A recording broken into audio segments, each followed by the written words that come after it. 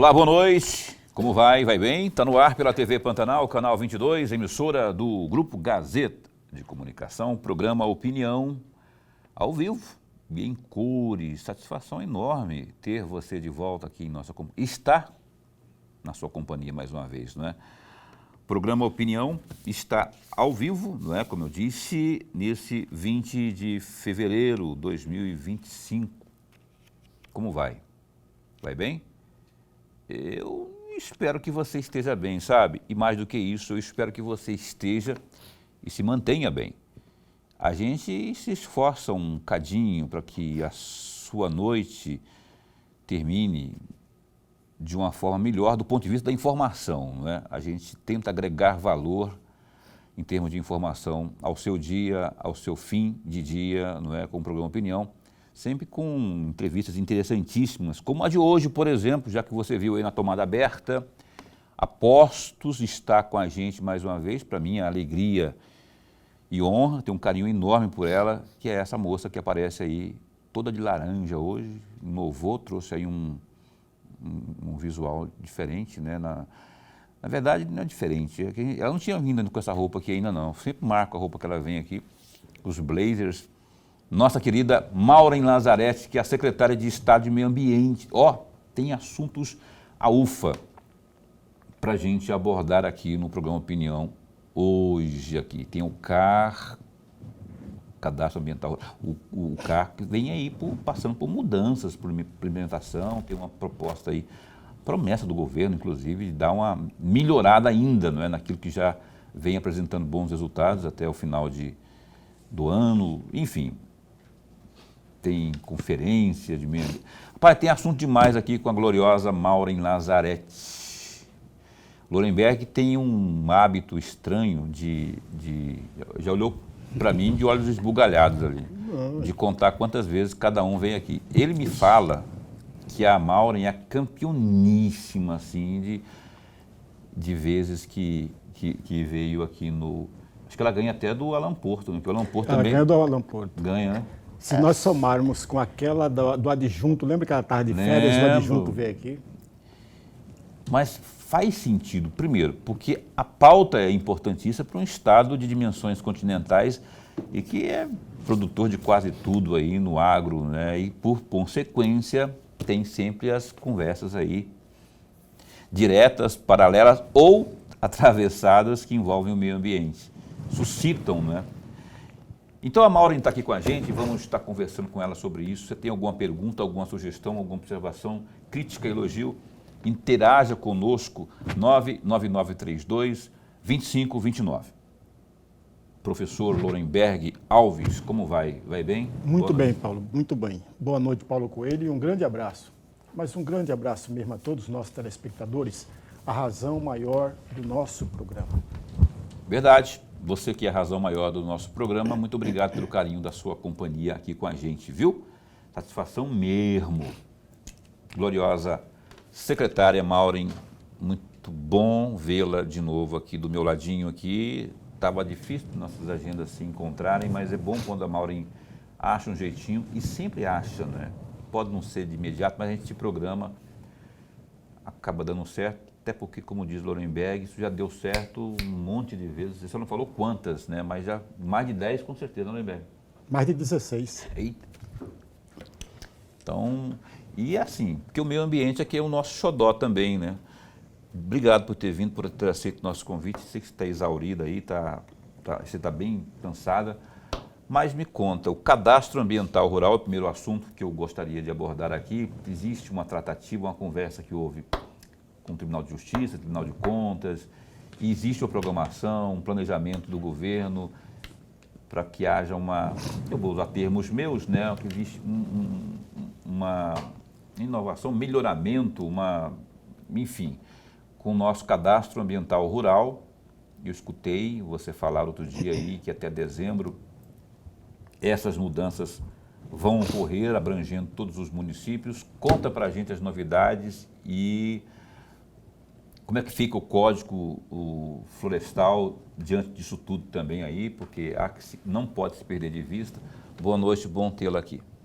Boa noite, Paulo. Boa noite, professor Lorenberg. Boa noite a todos os telespectadores do programa Opinião.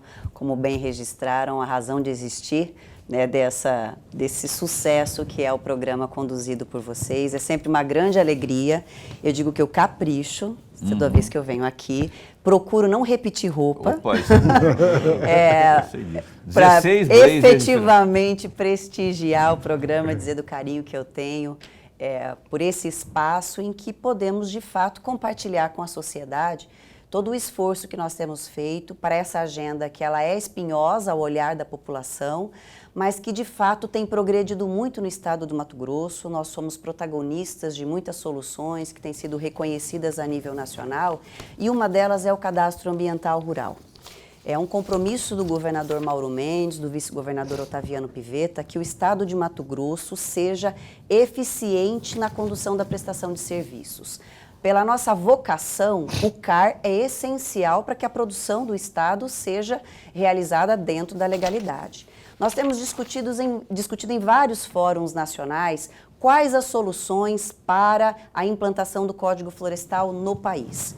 Mato Grosso, no ano de 2024, implementou o CAR digital. Nós chegamos já à conclusão, pela trajetória que temos do CAR no Mato Grosso, e também a nível nacional, isso já é um consenso, que a automação da análise precisa acontecer para que nós possamos ter escala na validação dos cadastros. Toda vez que nós temos a intervenção humana, nós estamos suscetíveis a interpretações e isso pode prolongar um processo que precisa ser mais curto, mais ágil. Portanto, nós implementamos o CAR digital em 2024, falamos dele aqui no programa Sim. Opinião, e para 2025, considerando o que nós vimos de necessidade de melhoria, nós vamos lançar em maio de 2024, começo de maio, o que nós 25, chamamos... né? Perdão, 24. 25, perdão, isso mesmo. O que nós denominamos de CAR Digital 2.0. Já trazendo melhorias para essa análise automatizada. Que melhorias são essas? Acho que duas das principais melhorias dizem respeito a aprimoramento das bases de referência, considerando as contribuições daqueles que efetivamente aderiram ao CAR Digital em 2024. Nós temos 34 municípios já operando nesse CAR Digital e todos esses municípios tiveram análise desses cadastros e sugeriram aprimoramentos. Acho que um deles, que é o mais relevante, é efetivamente criar uma tolerância, porque nós estamos trabalhando com análises de bases de referência e nós temos pixel de satélite, que é um dado que exige uma tolerância, porque não tem como ser uma precisão absoluta. O Estado tem as bases de referência mais eficientes, com melhor escala do país, mas ainda assim nós precisamos criar tolerância para que esta realidade seja aceita pelo produtor e que não tenha retrabalho. Entre essas lógicas, nós também vamos melhorar o processo de retificação. Estamos realmente num trabalho com o Tribunal de Justiça, com o Tribunal de Contas, com o Ministério Público, para que essa adaptação do CAR também seja reconhecida por eles. Nosso objetivo é trazer segurança jurídica para essa análise automática, para que haja compreensão que não necessariamente precisa ter intervenção humana e que isso possa gerar efeitos práticos. Também estamos apresentando essa mesma alternativa e solução para o STF, que está discutindo o assunto a nível nacional. Tivemos uma reunião com o Serviço Florestal Brasileiro, com o MGI, que conduz o Sistema Nacional, porque tudo isso precisa estar integrado. Temos convicção que ao final do ano de 2025, nós teremos o CAR digital nos 142 municípios, já com todas essas melhorias implementadas e com uma articulação com todos os órgãos que precisam, de fato, conhecer o produto e dar eficiência e eficácia a essa solução.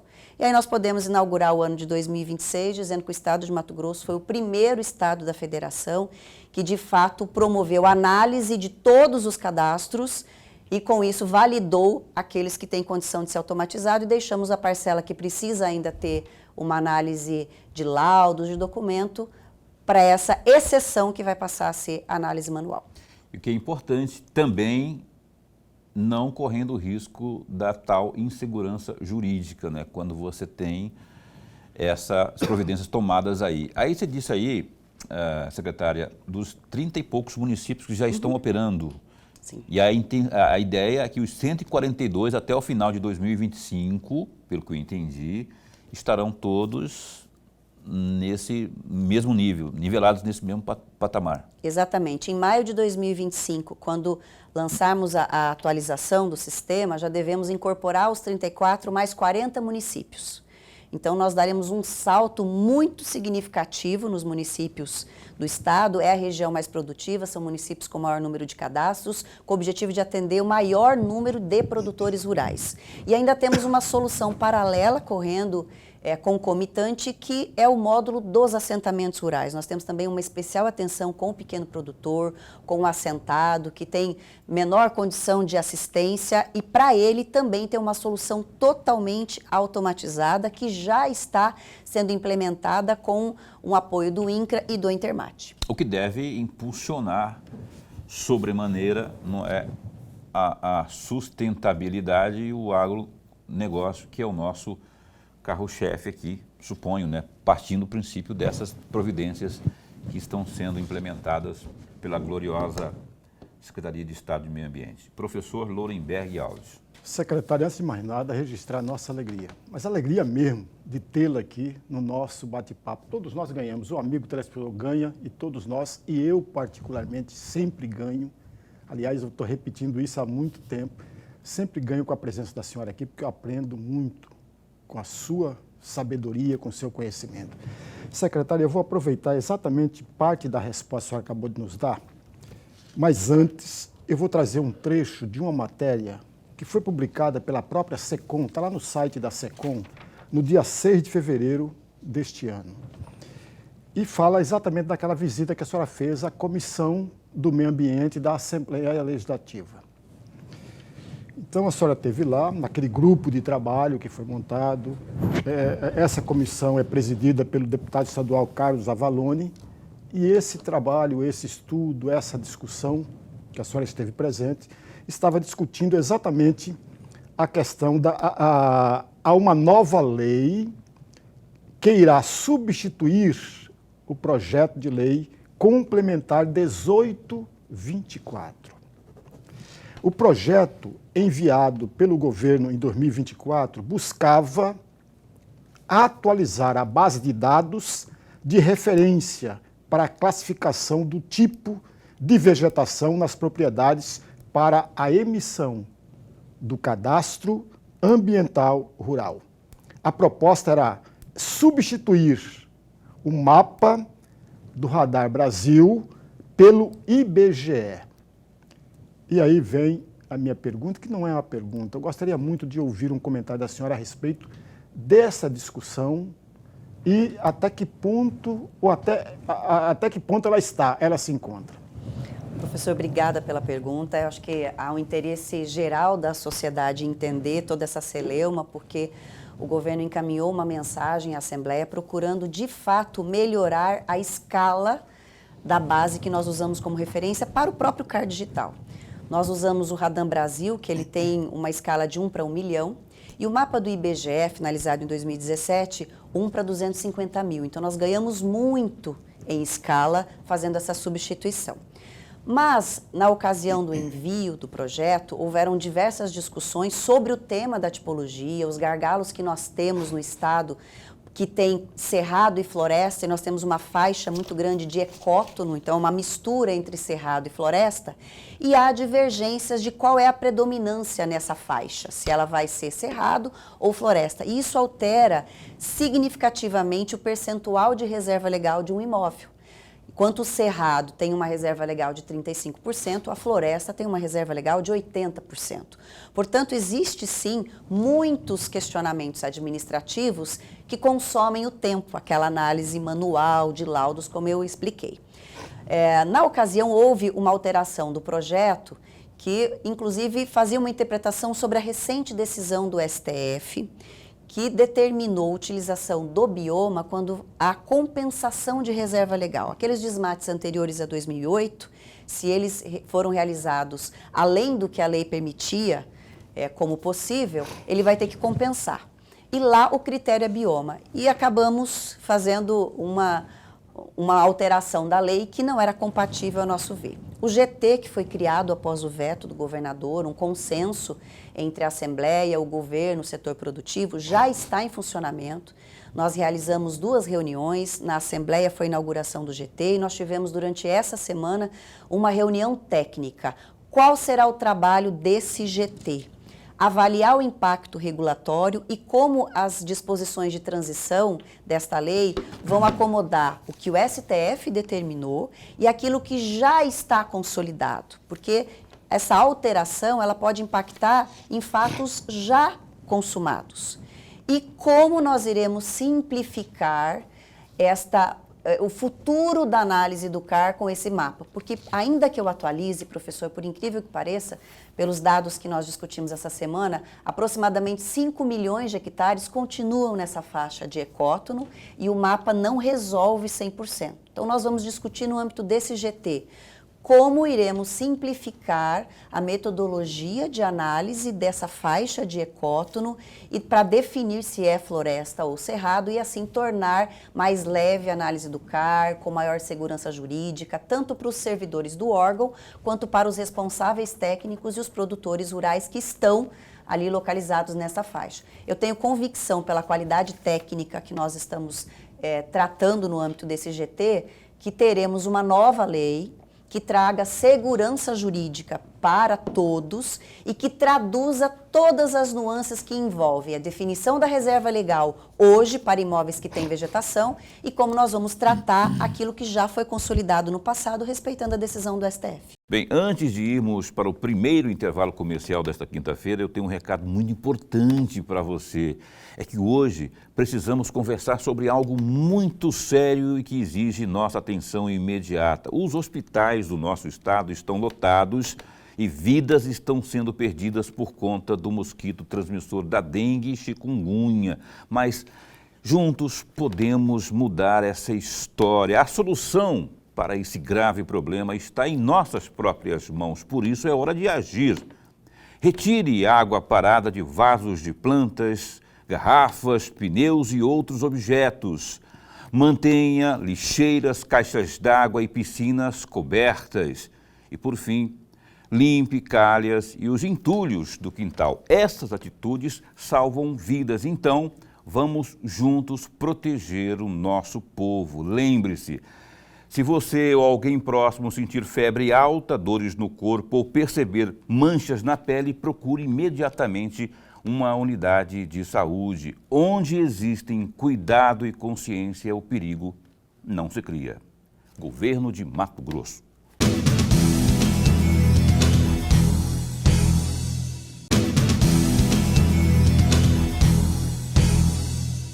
E Lorenberg, foi rápido, né? O Lorenberg falou assim, não vai demorar não. Eu falei, vai, não vai. Então estamos de volta aqui com Maureen Lazarete, nossa caríssima secretária de Meio Ambiente do estado de Mato Grosso. O GD, Paulo, o que é o GD? É o Gazeta Digital.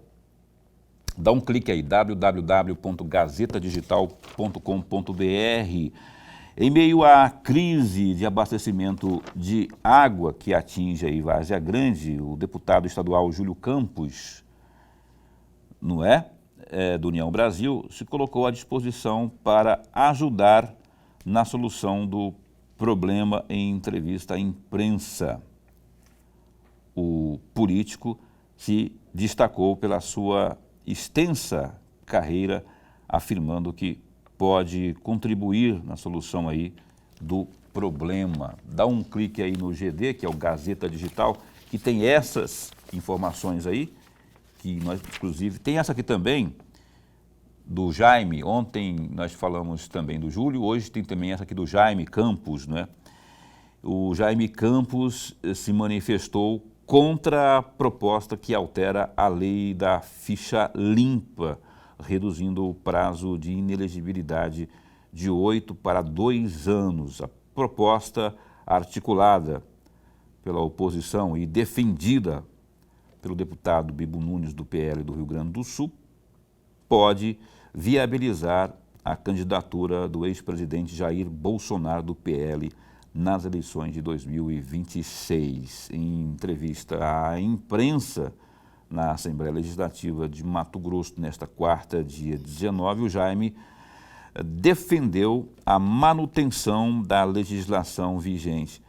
O senador argumentou que a redução desse período de inelegibilidade poderia enfraquecer a confiança do eleitorado na política. Ele disse o seguinte, o glorioso Jaime Campos, abre aspas, tem que continuar os 8 anos. Eu sou favorável que permaneça a lei que está aí. Nada de reduzir. Isso vai estar beneficiando malandro aí. Fecha aspas. Falou aí o glorioso Jaime Campos. E aí, Lorenberg, mais um que se manifesta, o Jaime não consegue esconder a aversão dele a essa mudança, não é, proposta. O que você acha disso tudo? Meu amigo Paulo e amigo telespectador, eu vou só tirar a última frase, malandro. Eu não gosto dessas palavras, desses termos, não, que quando ofende alguém eu fico muito preocupado com isso. Mas voltando, eu vou fazer 2 observações, amigos, que são necessárias. E muito rapidamente. Vamos voltar a 2010, quando o projeto foi acolhido pelo Congresso Nacional, que, diga de passagem, um projeto popular, que teve mais de 1.600.000 assinaturas. O Congresso não tinha como fazer corpo mole, teria que acolher esse projeto popular. E aí nós tivemos a lei da ficha limpa.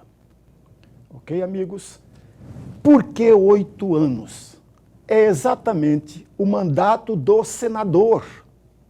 Veja, o mandato de um senador é de 8 anos. Por isso que a inelegibilidade é de 8 anos e não de 4, não de 3, não de 6. O Bibo Nunes, do PL do Rio Grande do Sul, entrou com um projeto para diminuir de 8 anos para 2 anos. E aí eu faço a minha primeira pergunta ao amigo telespectador. Qual é o mandato eletivo que tem 2 anos? Não tem, amigos. Portanto, não tem fundamento nenhum trazer de 8 anos para 2 anos. Vamos para um outro ponto para encerrar, para concluir. Esse projeto de lei é completamente inconstitucional. Por que é completamente inconstitucional? Porque ele é apresentado para beneficiar uma única pessoa. Veja, amigos, um projeto tem que ser impessoal, não pode caracterizar por uma pessoa só. Isso é inconstitucional. Sabe onde vai parar esse projeto? Uma vez aprovado, vai cair nas mãos do Supremo Tribunal Federal. E eu sou bobo. Eu sou bobo com toda a minha bobeira, com toda a minha ingenuidade. Eu estou dizendo, o projeto é inconstitucional, além de imoral. Com toda a sua bobice, eu sou um bobó cheira-cheira, mas eu acho que ele é inconstitucional. Tá aí a situação toda. Eu tenho cá comigo a seguinte avaliação, isso chama-se bolsonarofobia, medo de Bolsonaro que está aí, ainda que não se tenha no projeto do Bibo, de quem quer que seja, isso, citando que é Bolsonaro. Todo mundo sabe que, evidentemente, pleiteia-se, planeja-se beneficiar alguém, e esse alguém é o Bolsonaro, lá não consta isso. Mas que a interpretação explícita é que é o medo do Bolsonaro. Estão fazendo de tudo aí para acabar politicamente aí a vida do Bolsonaro. Enfim, vamos... A propósito, rapaz, amanhã, né? Amanhã é sexta-feira. O glorioso presidente do PL, Partido Liberal, vai estar conosco, do Estado de Mato Grosso, vai estar conosco, que é o Ananias, que aliás agora também é secretário de governo? Secretário de governo do município de Cuiabá. Do Abílio. Então o Ananias vai estar com a gente. Vamos conversar sobre isso amanhã aqui também. A Maureen Nazarete está com a gente no programa Opinião, a secretária de Meio Ambiente aqui do Estado de Mato Grosso. Maureen, a 4ª conferência do meio ambiente, me conta aí, quais foram os encaminhamentos? Estivemos já entrevistando aqui ontem o secretário de Meio Ambiente lá de Várzea Grande, falando muito bem, inclusive, deste evento. Foram 2 dias, não é? E aí, que encaminhamentos importantes puderam ser? O que se tirou de melhor dessa 4ª conferência, especialmente na comparação com as outras anteriores? Bom, a 4ª conferência foi de fato um sucesso, Paulo, tanto pela participação popular quanto pela qualidade das propostas que foram aprovadas, colhidas durante os 2 dias de conferência. Nós tivemos a eleição de 30 delegados do Estado de Mato Grosso, é o máximo que a legislação federal, os critérios da Conferência Nacional permitem para o nosso Estado. Então, tivemos sucesso, foram mais de 300 pessoas presencialmente durante a conferência, presentes lá, 30 delegados eleitos, e nós aprovamos as propostas do Estado de Mato Grosso para serem analisadas na Conferência Nacional de Meio Ambiente, que vai ocorrer ainda no ano de 2025, antes da COP30.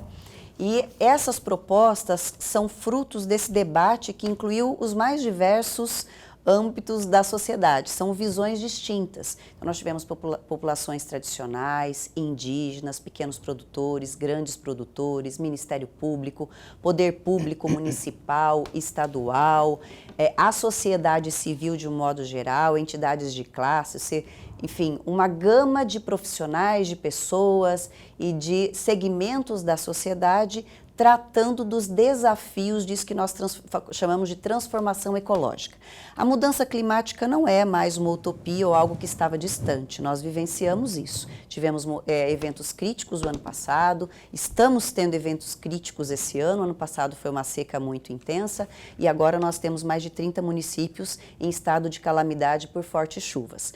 O objetivo dessas discussões é criar propostas de solução para a adaptação às mudanças climáticas e também para o enfrentamento das mudanças climáticas, mas tirar isso só do âmbito das discussões teóricas e ouvir a sociedade para ações práticas. Nós entendemos que essa oitiva da sociedade foi extremamente salutar, porque um plano nacional ele tem que refletir a diversidade das 27 unidades da federação. E Mato Grosso é diferente do Mato Grosso do Sul, pode ser vizinho, assim como é diferente dos estados do Nordeste. Então, nós ficamos muito satisfeitos.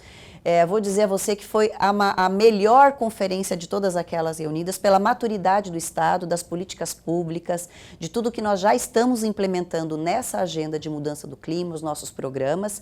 Nós fomos elogiados pelo Ministério de Meio Ambiente, que estava presente acompanhando, já que a nossa conferência faz parte do calendário nacional, dizendo que, de fato, além de cumprir exatamente com o roteiro, nós tivemos uma participação muito qualitativa. Então, posso dizer que é um sucesso. Eu vou agradecer a todos os matogrossenses que participaram do interior, da capital, da região metropolitana e também a nossa equipe que organizou a 4ª Conferência do Mato Grosso, porque ela já é referência a nível nacional. Então é assim, são degraus, né, que tem as conferências municipais, é isso? Exatamente. Depois a estadual, aí vem a nacional. A nacional, exatamente. É assim que funciona? É assim que funciona. E em cada uma delas se filtra o que há de melhor nas discussões para levar para a parte finalística que é lá na COP. Ou não? É isso mesmo. A ideia do Ministério do Meio Ambiente é, a partir da Conferência Nacional, elaborar o plano nacional e esse plano nacional vai ser publicizado durante a COP30. Se eu quiser, secretária Maureen Lazzaretti, se eu quiser montar um posto de gasolina, eu acho que é um ramo bom e tal, eu vou abrir um posto de gasolina lá no meu bairro lá. Eu tenho facilidade para conseguir a liberação ambiental hoje, sem passar pela burocracia que outrora se verificava nos órgãos de controle, nos órgãos de governo, por exemplo, tanto municipal, especialmente estadual? Hoje nós controlamos com rigor o tempo médio de análise do órgão ambiental. Falo com muito orgulho que o nosso tempo médio hoje é de 92 dias de análise de um processo de licenciamento. Em algumas situações, se o processo apresentado cumprir rigorosamente o que nós exigimos num termo de referência. O que é um termo de referência? São os requisitos necessários para você fazer um pedido de licença ao órgão ambiental. Ele é público, está na página da secretaria, é só procurar termo de referência padrão, está lá para posto de combustível. Se ele apresentar um requerimento redondo, nós conseguimos inclusive fazer a análise e emitir a licença com menos de 90 dias. Outrora, de fato, esse tempo chegava a 230, 250 dias. O prazo legal é 180 e nós temos uma média de 90 dias para esse tipo de licenciamento. Se fosse mais simples, eu vou lhe dar um exemplo, como se fosse um armazém de grãos, que é um licenciamento mais simples. Hoje nós temos a LAC, que é a licença por adesão e compromisso, e o tempo da SEMA é de 2 dias. Mas posto de combustível, por ser um produto perigoso, ele ainda segue o rito do licenciamento convencional e o nosso tempo é de 90 dias. Hospital, mesma coisa, né? Para 166 atividades, nós temos a licença simplificada. Então, o hospital, por ser envolver produto perigoso, Sim, uma outra, também ele tem um licenciamento trifásico, mas nós temos inúmeras agroindústrias, tratamento de resíduos que não são resíduos perigosos, aí eles são todos simplificados. Eu já ia criticar assim, falando, putz, mas mais de 3 meses. Aí, quando se analisa o lado perigoso da coisa, a gente observa que faz esse sentido. Eu até achei que fosse mais rápido, mesmo assim exigindo-se o rigor todo na análise para a liberação, eu pensei que, até pela tecnologia e tudo que nós temos hoje aí, que fosse mais rápido, mas não, né? Só que ela explicou também aqui que num passado não muito distante era quase 1 ano para se ter. Em algumas situações, mais de 1 ano. Quando o processo todo de trazer uma gestão por resultado foi implementado, nós tivemos um tempo médio de 480 dias. Então, no passado foram mais de anos para esse tipo de atividade. Hoje nós temos uma outra realidade. Dias, tá bom. Mas o objetivo é diminuir sempre, sempre. Não diminuir o tempo, mas não o Sim, rigor. O rigor o tempo, vai ter sempre que ser, o tempo, sempre rigor o tempo. Vai ser o mesmo, meu cara. Não adianta ficar aí como age, que vai ficar fácil, não vai. Vai ficar mais rigoroso, mas tentar reduzir o tempo. Professor Lorenberg. Eu vou pegar carona exatamente com esses eventos. Lá na abertura do evento, de acordo com o Mato Grosso News, site Mato Grosso News, no dia 19 de fevereiro, a senhora chegou a dizer o seguinte, entre aspas, o enfrentamento às mudanças climáticas no Estado só ocorre com a participação de diversos segmentos, fecham aspas. E aí eu vou fazer uma pequena provocação, e provocação, secretária, sempre no bom sentido.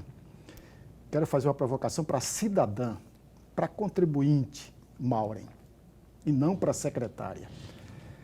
A senhora tem percebido, tem notado que existem certas resistências a esta participação no enfrentamento das mudanças climáticas, nesses segmentos, uma certa resistência, e no seio político, parlamentares, a senhora também percebe uma certa resistência à aceitação de enfrentar a mudança climática ou não? E por quê? Professor, vou falar como cidadã, né? Mas com a experiência que ocupar o cargo de secretária me dá para que a resposta seja pragmática. A maior parte da resistência das pessoas hoje já não é mais com o tema mudanças climáticas. Acho que há um consenso geral de que isso é realidade. Mas o que eu percebo é desconhecimento do tema em si e uma divergência clara entre os eixos da sociedade sobre as soluções. E a gente sempre vai ter extremos, né? Aqueles que defendem uma posição extremista, de que eu devo colocar a natureza acima do ser humano em algumas circunstâncias, né? Que não é factível, porque senão eu teria que tirar o ser humano do planeta. E aquelas que dizem que as normas, todas essas exigências estão desconsiderando o ser humano e que daqui a algum tempo nós não vamos ter como produzir alimento. E sempre me manifesto ou como secretária ou como cidadã, porque essa é a minha convicção pessoal, que nós temos que ter equilíbrio. Negar as mudanças climáticas não é possível e também não é possível, não é salutar dizer que isso tudo é responsabilidade do ser humano. Nessa mesma abertura, eu disse que a busca do equilíbrio e o diálogo vai nos levar a fazer uma afirmação tão importante quanto a de que o ser humano é a causa dos problemas que geram a mudança, todos os efeitos negativos das mudanças climáticas. O ser humano também é a única solução para esse enfrentamento. Por isso, a minha observação vão sempre existir resistências por conta da convicção de cada um, certo? E divergências na solução. E o diálogo vai ter que ser cada vez mais presente em todos os momentos, seja para construir política pública, para tratar um evento de crise ou para pensar a curto, médio e longo prazo. Portanto, a conferência foi a consolidação de uma matriz de como fazer esse diálogo e melhorar o conhecimento das pessoas sobre o tema e as soluções. Secretária, antes de a gente ir para o intervalo comercial mais uma vez, eu estava conversando com a secretária Maureen aqui no intervalo e fiz uma sugestão, que talvez até exista já, não é? Mas eu acho que não existe da forma que eu gostaria de ver enquanto cidadão. Já Kurenberg falou assim, fale como cidadã, eu vou falar como cidadão. Gostaria muito de ver um trabalho conjunto da sua secretaria com a do Alan Porto, que é de educação, e outras também, afins, na educação ambiental, mas de forma continuada, e não só no dia da árvore, no dia da água, no dia disso, daquilo, que fosse constante, que tivesse também uma forma de impulsionar isso, de fazer parcerias com a iniciativa privada, para promover, por exemplo, aí um concurso, grande concurso, imagina um grande concurso, envolvendo toda a comunidade escolar, sobre o meio ambiente, um concurso temático assim, envolvendo isso que eu acho enraizaria na cabeça do jovem, que é o futuro nosso, da criança, que é o nosso futuro, esse entendimento, essa consciência, e daqui a pouco a gente não teria esses graves problemas que são surgidos, provocados pelo ser humano, né? Eu vou pedir para que você comente isso, só que eu não tenho tempo para que você... Não vou te interromper na segunda frase, porque tem que ir para o intervalo comercial. Mas eu volto já com a gloriosa Maureen respondendo a isso, né? E outras questões mais no terceiro e último bloco do programa Opinião. Instante só.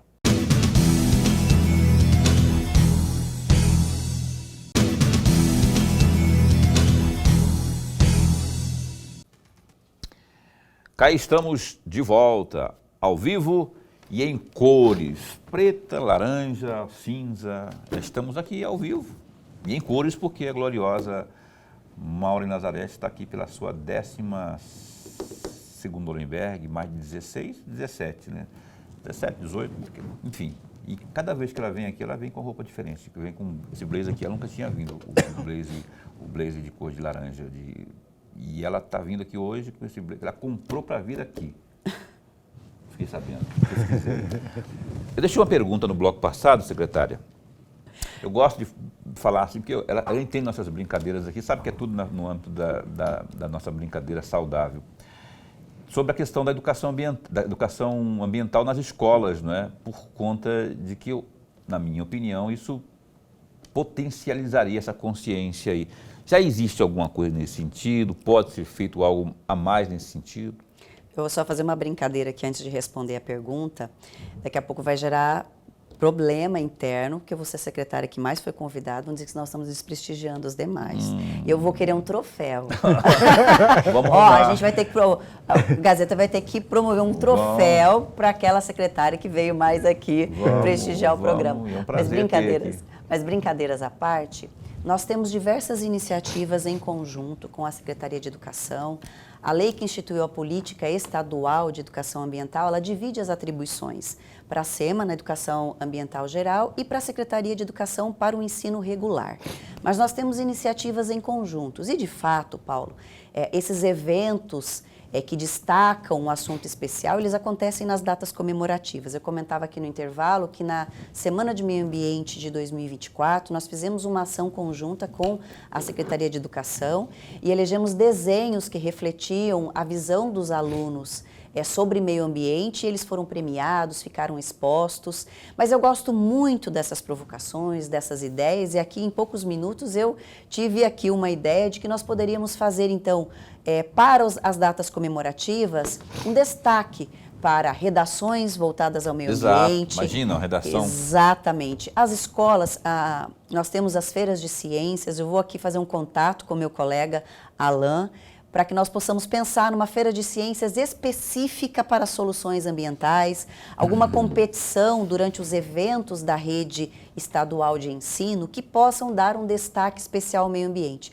O tema já faz parte da educação regular e também das nossas, mas nós podemos sempre potencializar esse destaque. É esse o objetivo. Então, Alan Porto, além disso tudo que nós estamos falando aqui, que eu tenho essa vontade de ver, o Estado, o país inteiro, né? Você viu que o último Enem teve problemas aí, na redação de grande parte daqueles que fizeram o Enem em 2025, tal como ocorreu, foi 25 ou 24? Foi 24 o Enem, né? Foi agora o último. Foi agora nesse ano? Sobre o quê? O Enem foi no ano passado. Foi no ano passado. O último Enem que teve. Esse último foi fraco na redação, o outro já foi fraco também. Então, esse tipo de situação, uma redação, por exemplo, imaginou? Além do que, você já envolve tudo, a consciência ambiental e também a prática da redação. Daqui a pouco podemos, ainda mais o glorioso Alan Porto, que está aí saltitante. Por quê? E com razão, porque ele, Alan Porto, pegou a SEDUC do Estado aqui, na 22ª posição. Ele está entregando agora, entregou não porque ele está ainda ele está hoje na 8ª posição. Caiu, assim, ele conseguiu, né, qual avaliação que faz? É o PISA, não? É uma avaliação... IDEB. A IDEB, exatamente, obrigado. No IDEB, 8ª posição no IDEB, era 22º. Olha só que salto. E o Mauro Mendes, eu não sei, né? Ele fica o tempo todo ligado ali com um facão no pescoço do povo. É força de expressão, tá? Não fica com facão, não. Mas ele fica o tempo todo ali exigindo eficiência. E ele já traçou a meta para 5º lugar, até o final da gestão dele. Olha só, 5º lugar no IDEB, era 22º do estado de Mato Grosso. Isso era uma maravilha. E eu não duvido, não. Eu acho que é possível, sim, fazer isso aí. É por isso que eu citei a questão da redação como também uma forma de fomentar aí, porque esse fator, redação, pesa muito no Enem. Dolenberg. Secretária, eu vou pedir uma reflexão da senhora, porque tem um requerimento aqui, um requerimento de informações para o Poder Executivo e a SEMA sobre compensação ambiental no estado de Mato Grosso. Esse requerimento é do deputado estadual Júlio Campos, que foi lido na sessão da Assembleia Legislativa no dia 6 e aprovado no mesmo dia 6, é a regra lá dentro, dia 6 de novembro de 2024. Esse projeto tem 6 questões. Eu destaquei apenas 3. É claro que os números a senhora pode não lembrar deles, mas falar sobre é importante. A primeira questão: quantos produtores rurais atualmente estão devendo compensação ambiental? Essas perguntas estão lá no requerimento. Segunda questão: qual é a área total que ainda precisa ser compensada por esses produtores?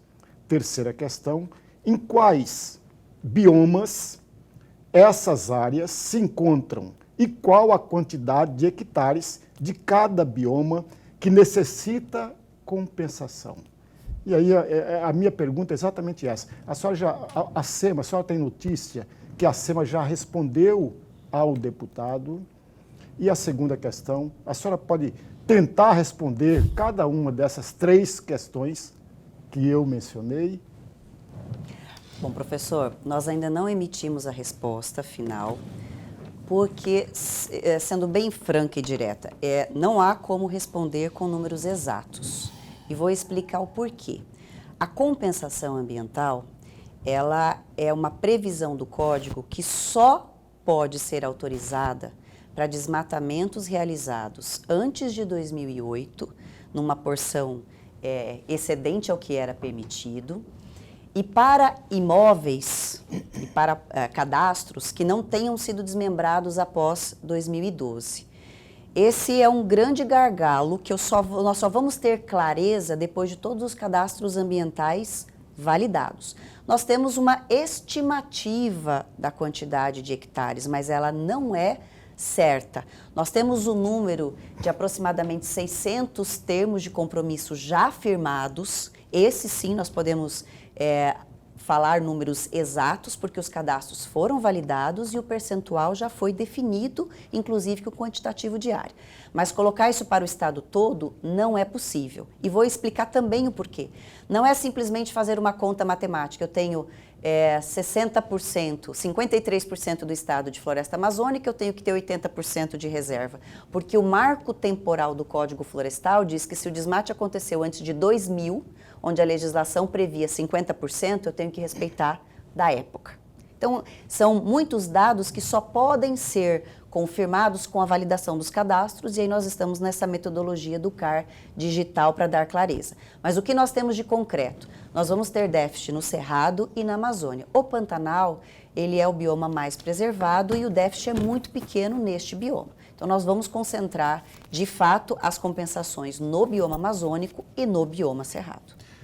Secretária, quantos pescadores artesanais já tiveram acesso aí àquele benefício? Aliás, eu queria que você faça um pouco mais do Repesca. Repesca que é o nome, né? Isso. Que foi a solução encontrada e teve já bastante, eu tive informação da Clênia. Clênia, para quem não sabe, é uma grande jornalista que é assessora de imprensa da SEMA, que está até ali, inclusive, escondidinha. São quase 2.000 só no mês de fevereiro? Só no mês de fevereiro ou mês de janeiro, não sei. Uhum. Hã? Fevereiro. Fevereiro, né? Como é que está hoje aí essa situação aí do Repesca? Bom, o Repesca é de fato o cadastro, o programa do governo do estado para trazer benefício ao pescador artesanal que de algum modo tem um impacto financeiro, como a lei da pesca, com a proibição da captura das 12 espécies que está na nossa lei estadual. Num primeiro momento houve muita resistência dos pescadores em fazer esse cadastro, havia uma dúvida legal se eles perderiam o direito à aposentadoria como pescadores profissionais artesanais. Isso tudo foi dirimido pelo governo do estado, por uma própria decisão do STF, uma manifestação do INSS, e depois disso esclarecido, a CETASC e a SEMA fizeram o contato com as comunidades, principalmente com o município de Barão de Melgaço, e nós tivemos no mês de fevereiro, ainda bem, um número muito grande de cadastros, foram mais de 2.300 cadastros inseridos dentro do Repesca. Nós já validamos 1.900 cadastros, alguns possuem pendências, mas a gente tem feito contato com esses pescadores para orientar a cumprir as pendências, para que eles possam ter acesso a esse recurso que será pago pelo governo do estado durante esse período que nós estamos, então, realizando toda a avaliação do estoque pesqueiro do estado. Ok. Ô, Boca, tem umas fotos aí, eu não sei se a Caroline, a Gloriosa, essas fotos aí são também do trabalho de vocês lá na SEMA, não são? De pescadores? Essas são as nossas operações realizadas durante o período proibitivo de pesca, que é a Piracema. Nós vistoriamos mais de 8.000 embarcações e veículos, apreendemos mais de 264 redes, foram 90 tarrafas, mais de 97 espinhéis, cevas, 12 armas de fogo. Nós apreendemos mais de 1.200 petrechos em geral de pesca, foram 27 embarcações, 4 veículos, tivemos 13 pessoas sendo conduzidas à delegacia por prática de crime de pesca predatória, foram mais de R$200 mil de multas aplicadas e 1,2 toneladas de peixe apreendidos e doado para instituições de caridade, porque é um produto perecível. Não temos orgulho desses números, nós queríamos que eles fossem menores, mas mostra uma atuação do governo do estado para combater a pesca predatória, porque ela, de fato, nesse período causa um impacto muito grande na reprodução dos peixes. E o nosso objetivo é que nós possamos ampliar o estoque de peixe nos nossos rios, garantindo não apenas a pesca, mas a pesca de subsistência, como a pesca de turismo, que pode fomentar muito a economia de municípios que têm como vocação o turismo, principalmente da região do Pantanal, a Amazônia. Nós temos inúmeros exemplos na Amazônia, no Araguaia e no Pantanal, de vários empreendimentos que vivem da pesca de turística, né, de pousadas e tudo mais, somando esforços para criar soluções econômicas a partir da natureza. Então, caminhando para o final do programa aqui, teve no dia 31 próximo passado, 31 de janeiro, o final da Piracema, né? Teve aumento? Qual a diferença, assim? Houve aumento no que foi apreendido, no que foi aplicado de multas? Qual o balanço que você faz essa última Piracema agora? Bom, nós tivemos uma redução, mas não por conta da redução da atuação, mas porque a gente percebe que tem uma conscientização maior da população no período de Piracema. Eu acho que o acesso das pessoas à informação, o fato de nós estarmos conduzindo as pessoas à delegacia, de eles estarem respondendo por processos criminais, tem reduzido a coragem de algumas pessoas de praticar os ilícitos. Ainda achamos que o balanço é negativo, onde são um número muito grande ainda de apreensões, de pessoas sendo conduzidas, mas se nós pensarmos que nós tivemos aí mais de 8.000 embarcações e veículos e a nossa apreensão é menor, é porque a maior parte deles estava de acordo com o que exige a legislação. Você falou agora há pouco, secretária, da doação dos peixes, do pescado, né, que foi apreendido aí. E muitos que possam estar assistindo ao programa Opinião, que são ligados a alguma instituição de caridade, beneficente, que de repente não estejam cadastrados lá, podem estar querendo saber como que eu faço para me cadastrar, para também me beneficiar de eventuais apreensões. É só realmente entrar em contato com a secretaria ou na nossa coordenadoria de atendimento ao cidadão, pela ouvidoria. Os canais são os mais diversos, desde o WhatsApp, e-mail, pela própria página da secretaria. É possível pedir orientação, enviar um requerimento simples com os dados da instituição, a sua função, e nós realmente fazemos esse cadastro e, havendo uma apreensão próxima àquela instituição, que pode ser em qualquer município do estado, nós direcionamos aquela doação para a instituição de caridade. Muito bem, é isso, né? O programa Opinião está nos seus últimos suspiros desta noite. Eu só queria, antes de encerrar, você estava falando aí dessa fiscalização que é feita. Eu tenho cá comigo uma opinião crítica, não é? Eu adoro quando há um trabalho desse, quando se apresenta o resultado. Só que, para todo o universo de rios que há no estado, haveria que se ter um corpo de fiscais muito maior do que o que há hoje, não é? O que você pode me dizer a respeito disso? Primeiro, falar o número que nós temos hoje, porque já tive a informação que não é, até quando eu fazia matérias, reportagens externas. Como é que está hoje essa situação aí?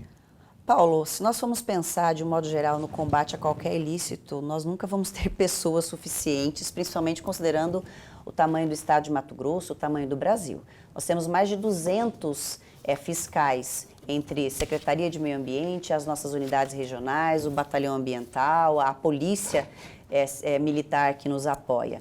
O fato é que nós temos muitos rios, nós trabalhamos com o canal de inteligência, o núcleo de inteligência atuando e determinamos aqueles locais que são mais críticos.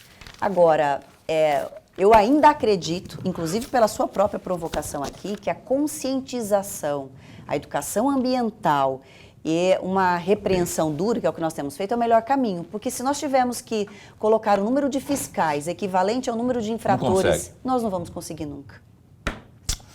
Consciência, você pode denunciar, inclusive, tá? Tendo algum tipo de irregularidade aí, as suas bem próximo de você, se tiver conhecimento, denuncie, ou algo mais próximo. Não sei o número lá, liga para o 190, liga para a SEMA, enfim, liga para a Opinião aqui, que nós vamos botar a boca num trombone aqui. Gloriosa Maureen Lazarete, o tempo explodiu aqui, nós não não temos mais tempo para nada. Horário de rede a gente tem que obedecer, senão Dorileu.